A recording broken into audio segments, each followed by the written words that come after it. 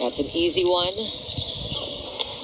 Oh, but Ventura wastes the opportunity to score there, hitting it into the net. Trying to go for the off speed, wanted to just spin that one over. Fortunately, an attack error.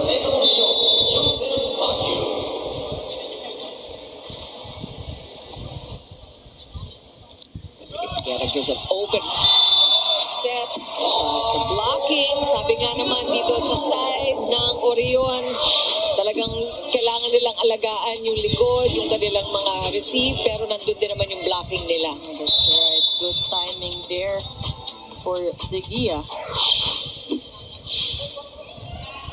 Another open set. No blockers this time. De Gia and Torres hesitating to go for the net defense, and that was definitely an open spot.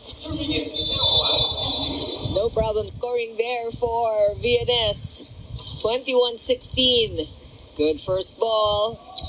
And a high one. That's called inside by the lines, Judge. I think there's going to be a challenge, a ball in out challenge, because Guerra was so sure it was out. And to be fair, the lines judge is coming all the way from the opposite side of the court. So Guerra was definitely closer to the ball. Let's see if he read that ball right. First challenge we're seeing here in the second set.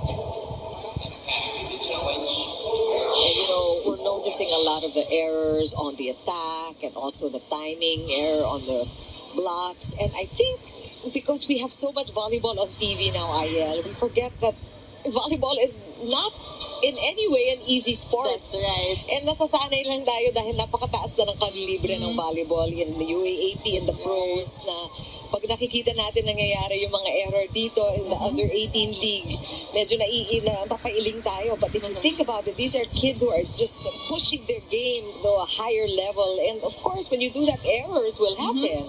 Yeah, errors are very normal. It's always a matter of, trying to bounce back and, having in-game adjustments. And that's what we're seeing right now.